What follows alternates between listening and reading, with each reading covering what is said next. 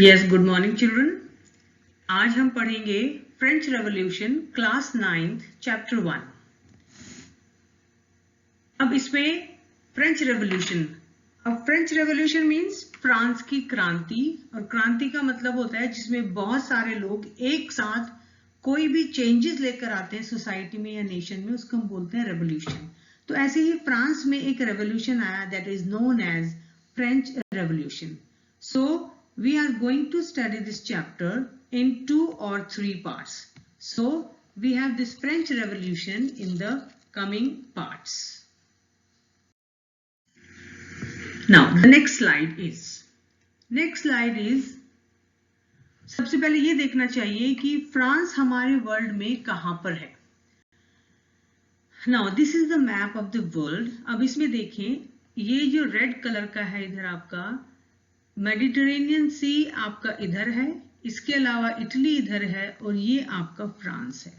ठीक है, ये आपका फ्रांस है in the map of the world. आपको ये वाला मैप अपनी कॉपी में भी करना है, और हम देखेंगे यहाँ फ्रांस में कैसे फ्रेंच रेवोल्यूशन हुआ।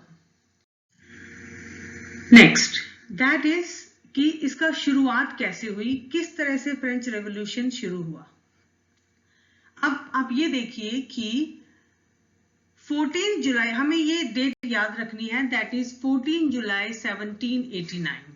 तो 14 जुलाई 1789 को सुबह में क्या हुआ, पेरिस में सब जगह एक स्टेट ऑफ अलार्म था। स्टेट ऑफ अलार्म का मतलब था कि आतंक का माहौल था वहां सब जगह। जो वहां का राजा था, वो राजा उस राजा ने सेना को शहर में घुसने का आदेश दे दिया।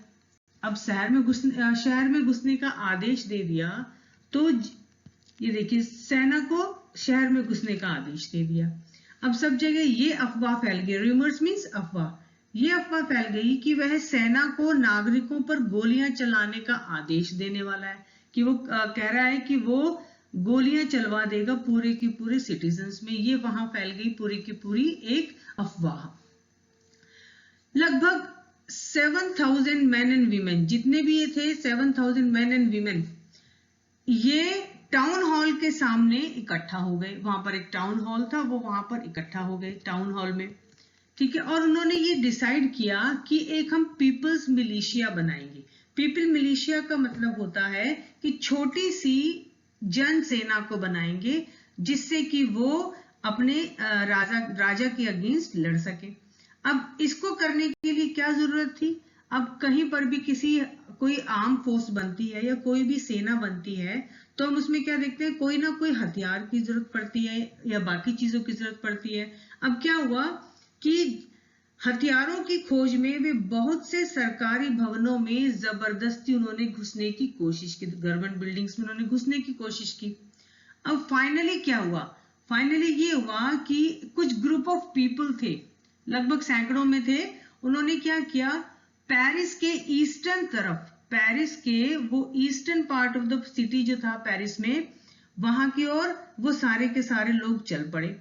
और जो वहां पर बेस्टील एक जगह थी, बेस्टील वहां पर एक किला था जिसको फोर्ट बोलते हैं, वो असली में क्या था, एक फोर्ट्रेस प्रिजन था। फोर्ट्रेस प्रिजन का मतलब था कि एक किले की जेल बनी हुई थी जिसको उन्होंने तोड़ डाला, और वहां भारी मात्रा में गोला बारूद उनको मिलने की, इसमें लग रहा था कि शायद बहुत ज्यादा उनको गोला बारूद मिलेगा। एम्यूनिशन मींस गोला बारूद मिलेगा। अब हथियारों पर कब्जे की इस जो ये लड़ाई थी, इसमें बेस्टील का जो कमांडर था वो मारा गया।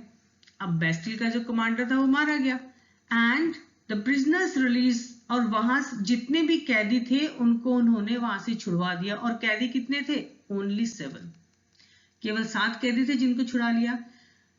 अब क्या हुआ कि जो वहां का सम्राट था, उसकी जो शक्तियां थी, उसकी जो पावर्स थी, वो सारी की सारी पावर्स एक तरह से थी जिसको हम बोलते हैं निरंकुश। निरंकुश का मतलब होता है वो ताकत होती है जो जिसके ऊपर किसी का अंकुश नहीं होता, और अंकुश नहीं हो सकता इसका मतलब कि वो अपने आप से ही कोई भी वो ले सकता है कोई भी डिसीजन, जिसको हम बोलते हैं despotic power of the king.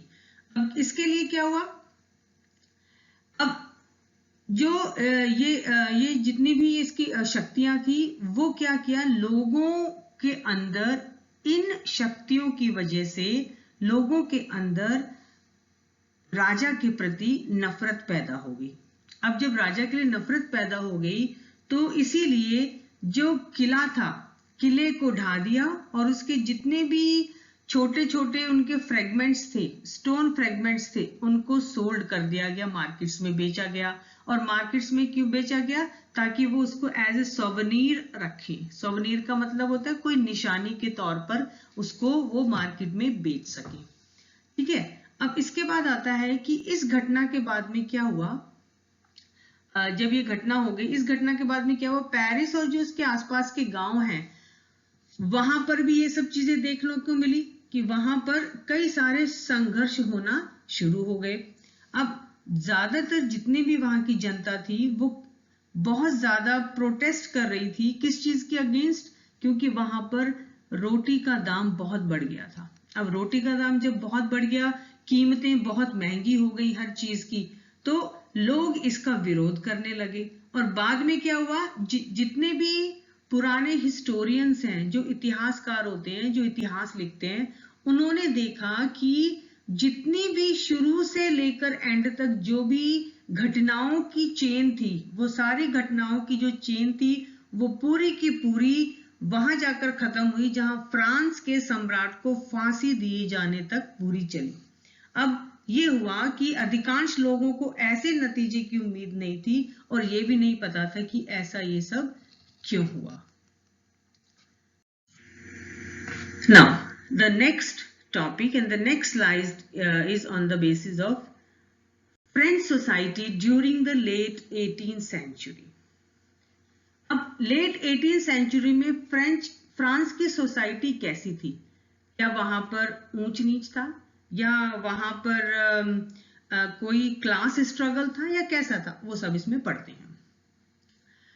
Now in 1774, अब इसमें क्या हुआ कि जो लुइस 16 है बourbon फैमिली का, 1774 में लुइस 16 है जो बourbon फैमिली का, वो फ्रांस की गद्दी पर बैठा, ascended to the throne of France, वो फ्रांस की गद्दी पर बैठा राजा। कौन? लुइस 16, बourbon फैमिली का। ठीक है, इसका फैमिली का जो नाम था वो था बourbon। अब उस समय उसकी उम्र कितनी थी? केवल 20 साल की थी। उसकी शादी हुई ऑस्ट्रिया की राजकुमारी मैरी एंटोनिटी के साथ में। अब क्या हुआ, जैसे ही उसका राज्यारोहण हुआ, एक्सेशन मींस जैसे ही वो राजा बना, उसने देखा कि उसकी तो जो ट्रेजरी है, जो उसका खजाना है, वो तो पूरा का पूरा खाली है, एम्प्टी है। अब क्या किया जाए? अब लंबे समय तक जो युद्ध चल रहा था उसके कारण फ्रांस में जितने भी उनकी रिसोर्सेज थे, फाइनेंशियल मतलब पैसे से संबंधित जो भी उनके संसाधन थे फ्रांस में, वो बहुत ज्यादा कष्ट में चल रहे थे और नष्ट हो चुके थे। इसके अलावा और क्या हुआ कि जो भी वर्सिल्स का, फ्रांस में है वर्सिल्स, अब उसमें एक बहुत बड़ा महल है। अब वो इतना बड़ा महल है कि उसको महल और जो उसके राज दरबार की शानो शौकत है, शानो शौकत को बनाए रखने के लिए फिजूल खर्ची का बोझ अलग से था। अब उसको एक तो मेंटेन करना और एक्स्ट्रावेजेंट का मतलब फिजूल खर्ची को भी देखना था राजा को। राजा बनते इसके सामने कितनी सारी चीजें सामने आई कि वो कैसे उभरे अपने इस महंगाई से, जो लोग उसको महसूस करते हैं। अब इसके बाद आता है कि इसके अलावा अब लुइस 16 ने क्या किया, उसके शासन में क्या था कि फ्रांस ने अमेरिका के 13 जो कॉलोनीज थी उनको भी अपने, जो उनका कंबाइंड एक एनिमी थी ब्रिटेन, उसको आजाद करने में भी सहायता की थी। इट मींस फ्रांस और अमेरिका दोनों एक हो गए, किसके अगेंस्ट? ब्रिटेन के अगेंस्ट।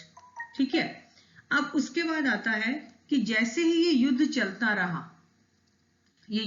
रहा, इसके चलते ही फ्रांस पर 10 अरब लिवरे से भी अधिक का खर्च हुआ।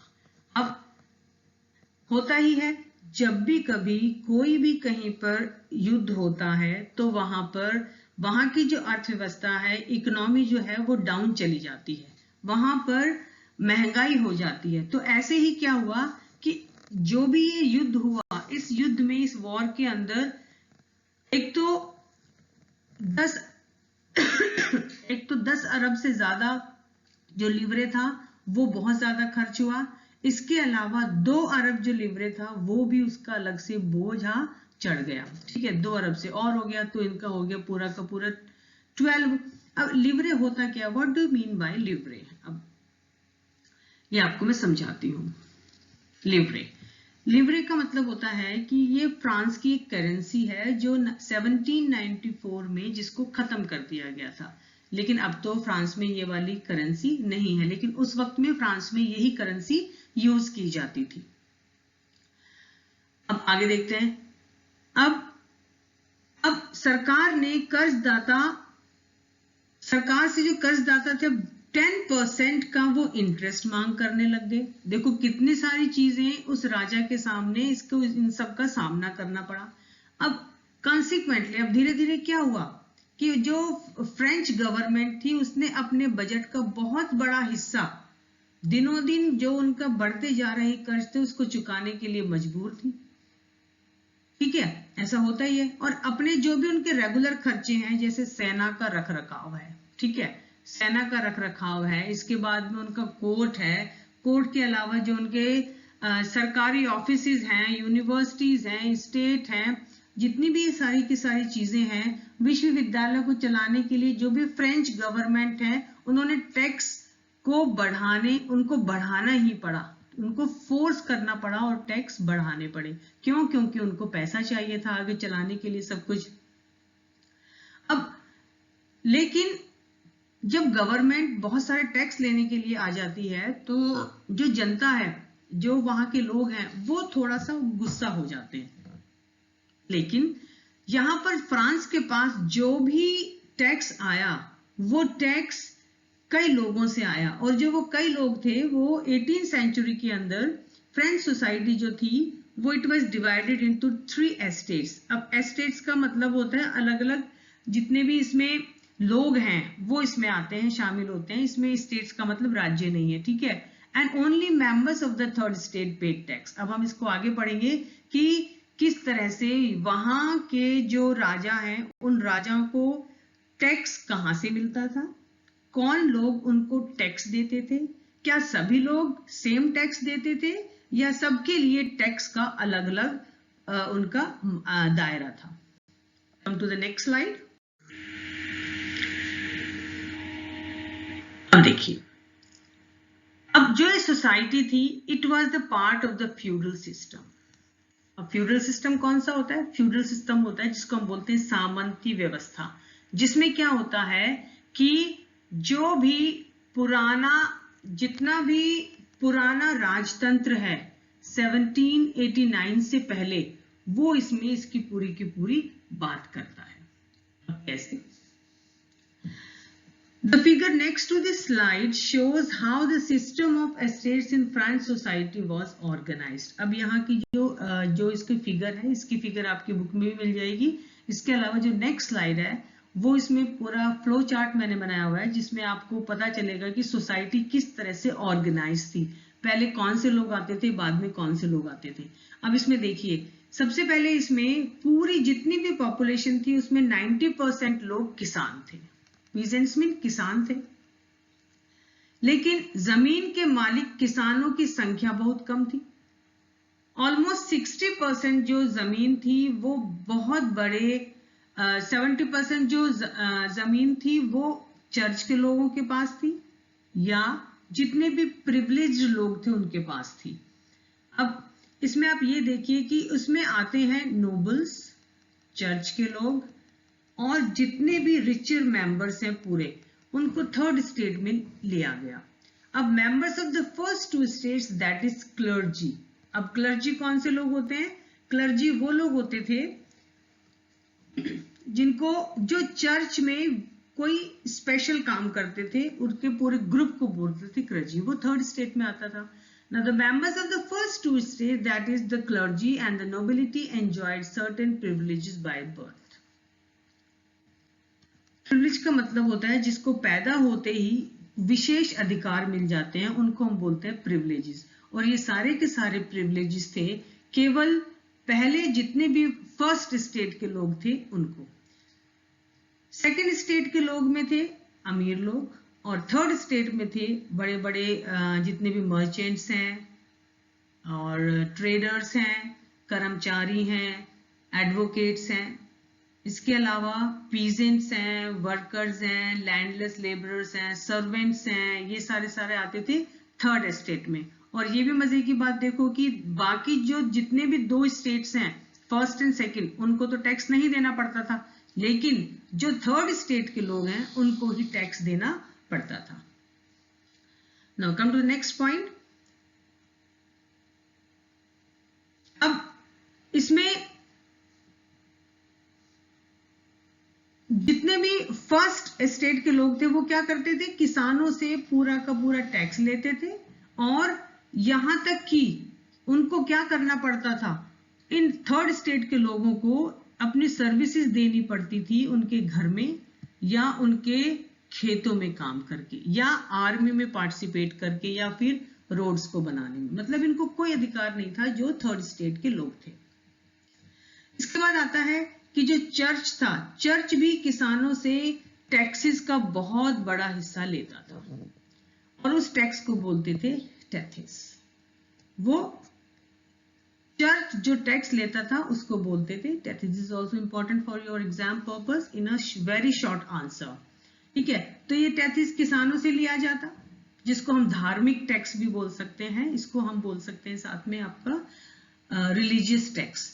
अब ऊपर से जो तीसरे स्टेट के जितने भी तमाम लोगों को सरकार को टैक्स चुकाना ही पड़ता था, ये उनके लिए बहुत मस्ट था। इसके बाद आता है इन टैक्स में एक टाइल भी था। इस टाइल को बोला जाता था डायरेक्ट टैक्स। इसके अलावा नंबर ऑफ इनडायरेक्ट टैक्सेस भी होते थे जो हर थर्ड स्टेट के लोगों से लिया जाता। इसके अलावा जो इनडायरेक्ट टैक्स था उसमें था नमक है, टोबैको है, तंबाकू है, रोजाना की जो भी उपयोग करने की, जो भी कंज्यूम करने की चीजें हैं उन पर टैक्स लगाया जाता। इस प्रकार क्या हुआ, राज्य का जो भी इकोनॉमी कामकाज का सारा बोझ जो था वो जनता ही उसको वहन करती थी, उसके अलावा कोई भी वहन नहीं करता था। Now come to the next slide. 1715 से लेकर 1789 के बीच में यहाँ की जो पॉपुलेशन थी वो काफी ज्यादा बढ़ गई। अब काफी ज्यादा बढ़ने के बाद में क्या हुआ कि इसके रिजल्ट में क्या हुआ कि rapid increase in the demand for food grains. खाने के लिए बहुत ज्यादा डिमांड बढ़ गई। अधिकांश लोग ने क्या किया, उनके लिए जो ब्रेड थी वो बहुत ज्यादा महंगी हो गई क्योंकि उसमें बहुत ज्यादा इंक्रीज हो गया उसके अंदर जितने भी प्राइसेस थे। और जितने भी काम करने वाले कारखाने में मजदूरी करते थे उनकी जो मजदूरी थी वो मालिक ही तय करता था। मतलब वो खुद नहीं कर सकते थे, उनके ओनर ही वो उनकी पूरा का पूरा उसको फिक्स करते थे। जो ओनर थे वही उनकी वेजेस को फिक्स करते थे। लेकिन जो मजदूर की महंगाई की जो दर है वो बढ़ नहीं रही थी। वेजेस तो कम थी लेकिन जो प्राइसेस थे वो हाई होते जा रहे थे बहुत ज्यादा। तो क्या हुआ कि अमीर और गरीब के बीच में बहुत ज्यादा एक गैप आ गया। पुअर और रिच के बीच में बहुत ज्यादा गैप आ गया। अब गैप आने के बाद स्थितियां तब और भी ज्यादा खराब हो गई जब सूखा पड़ गया और साथ में ओले पड़ गए, जिसकी वजह से उनकी पैदावार खराब हो गई। इसकी वजह से रोजी रोटी का संकट पैदा हो गया, लाइवलीहुड का संकट पैदा हो गया। और इस लाइवलीहुड के संकट को कहते हैं सबसिस्टेंस क्राइसिस। जो सबसे बड़ा क्राइसिस हुआ पूरा का पूरा फ्रांस के दौरान, ये पूरी की पूरी आम बात थी, एक बहुत ही ज्यादा मतलब कॉमन सी बात थी पूरे फ्रांस में इस दौरान। Now this is the end of the part 1। Part 2 को हम नेक्स्ट उसमें मैं आपको बताऊंगी। You will have to do that. Okay, take care.